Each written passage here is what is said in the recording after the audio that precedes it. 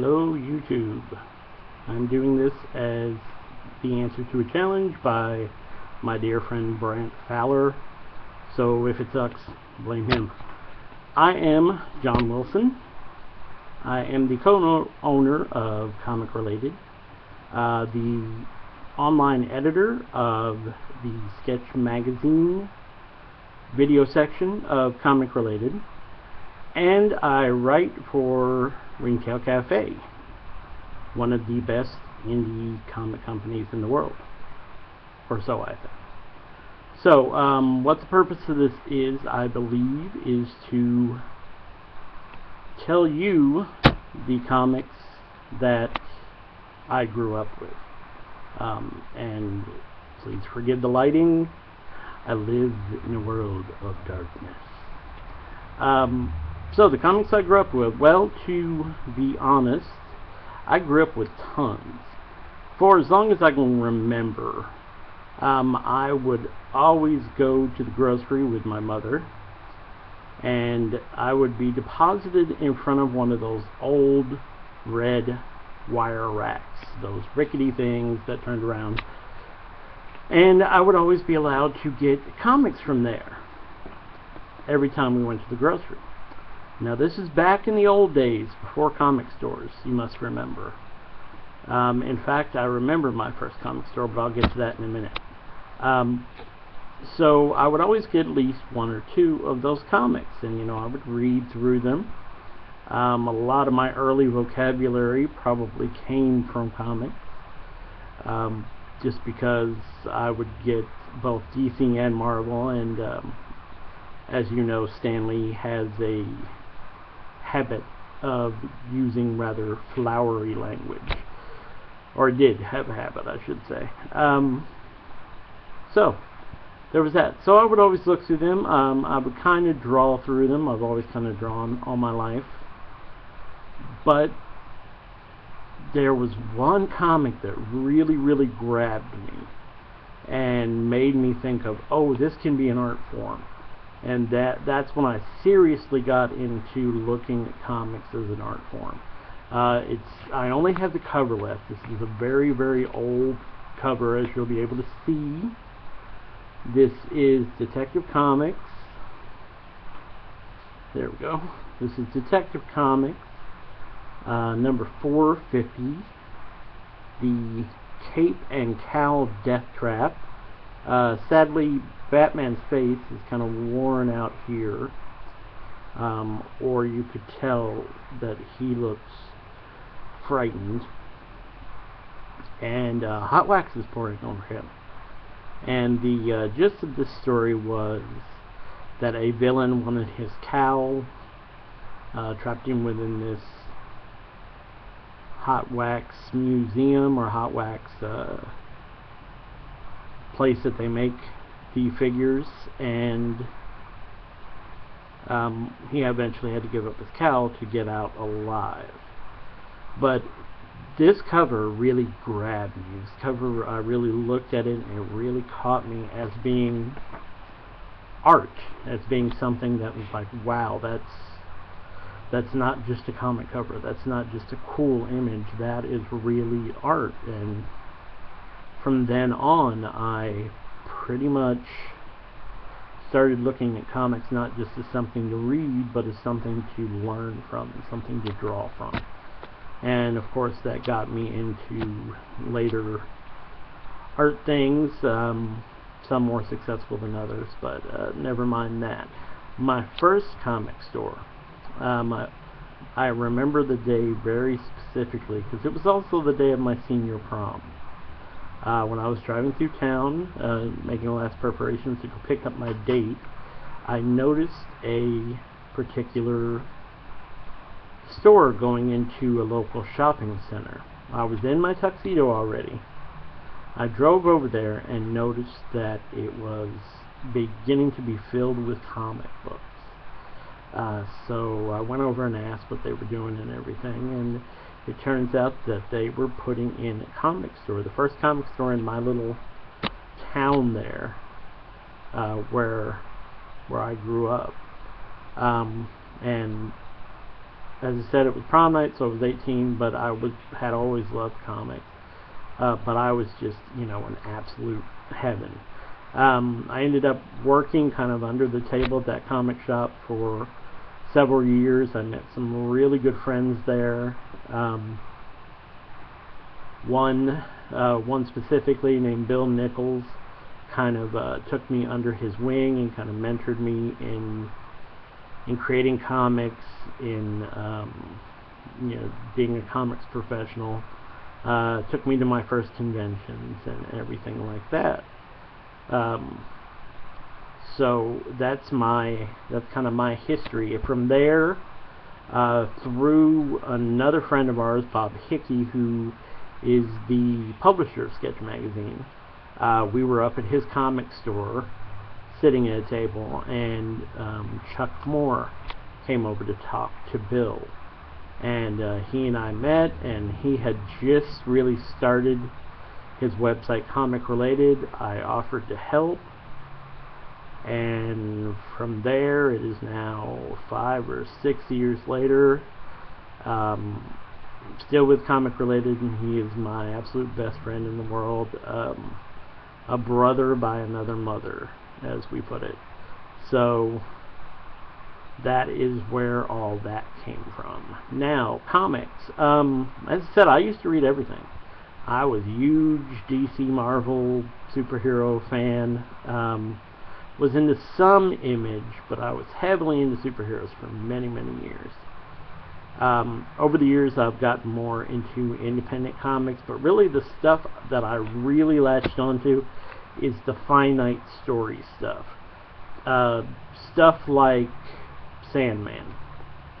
Sandman, with its 75 issues, is just that kind of perfectly encapsulated little story that kind of tells this entire arc that you get to follow the character through. Also, another book, Starman, would be another one that really caught my eye, because it too had a finite life, and it was a book that delved heavily into the continuity of the books that I had read before, which I really liked. I really like when books refer to stories from the past. It's really a point of interest for me. It makes my past as a comic reader not only come alive, but it sort of informs the reading that I do. Another great book, and I am a fan of a lot of stuff this gentleman writes, Brad Meltzer, is Identity Crisis. Identity Crisis, for those who haven't read it, refers back to a fairly obscure section of the Justice League's history and makes it part of a modern murder mystery. Exceptional book, exceptionally touching throughout with what happens to some of the characters. I can't say enough about it. It's a really good book. I'm also really fond of the work of Mark Waid. One book I particularly like a great deal is Superman Birthright. Another book that springs out to me is a book called Vice and Virtue, which has the JSA and the JLA in it. I think a really good book that sort of encapsulates everything about those characters. Wouldn't believe I talk for a living the way I'm talking now, would you? But that's it. I'm looking over here, or actually over there. It's hard to tell on YouTube. That away. Over at my graphic novel collection, I'm a lot more into graphic novels these days. I'm not nearly as much into the single floppy issues as I am into more collected series. For one, it just makes it a lot easier to follow a story when you're not having to wait an entire month, obviously. Secondly, you do get those story arcs, which harkens back to that particular kind of encapsulated story that I mentioned before. I also like books that are just fun, books that are just kind of silly and wacky don't necessarily have to be any grand major story. Like I was a big fan of Gen 13 at the time. That was one of the ones that I can think of that I was a big fan of. So it's stuff like that. Those are the books that I'm interested in. Stuff that's out now kind of waxes and wanes. I'm a little bit interested to see what they're doing with the Marvel Now books. I am well known with my dissatisfaction to the New 52 at DC. Not to get into politics of personalities here, I do have to wonder where DC's mind is with some of its personnel changes, including letting Gail Simone go. Solidarity to Gail Simone. I hope you land on your feet. Beyond that, as I said, I'm really getting into some indie books. My friends at Ringtail Cafe do a couple of all-ages books that I think are really good and really cute. One is called The Confectionaries. That's a really good, fun book to read. Another called Ringtail Cafe is another really good book. Two other friends of mine do a book called The Uniques, which we always call it Teen Titans if it was done correctly. I can highly recommend that book. Also highly recommend Laura Innes's The Dreamer. There's a lot more. Of course, when I really need the words, I'm drawing a blank. But I really think that if you're going to be a comic collector these days, it sort of behooves you to go out and look at as many different kinds of books as you can. Go out and check out the indie racks, or if you happen to be at a convention, check out those indie tables. There's a lot of good books out there that are maybe a little bit under your radar right now. There's a lot of great people out there working in comics that you may have never heard of. So definitely, if you get a chance, check those people out, because those are the people who are really doing comics just for the sheer love of the books, just for the sheer fun of it. So yeah, that's kind of my spiel for indie comics. I guess as part of this, I'm supposed to call a couple of people out. There are a few people that I know will never do this, but I'm going to take a shot at one that's online quite a bit and one that's pretty much online never. The first one that I will shoot for is colorist Lisa Moore. A friend of ours at Comic Related, an exceptional colorist, has worked on a lot of stuff, a lot of books that you've probably read. So I hope she'll do one of these. And the second one is my friend and my mentor, my former mentor who now works as the editor of Sketch Magazine and as the creator and writer behind the webcomic Artiste. His name is Bill Nichols. So, it's on YouTube, guys, now. Don't hate me for shouting you out, but there you go.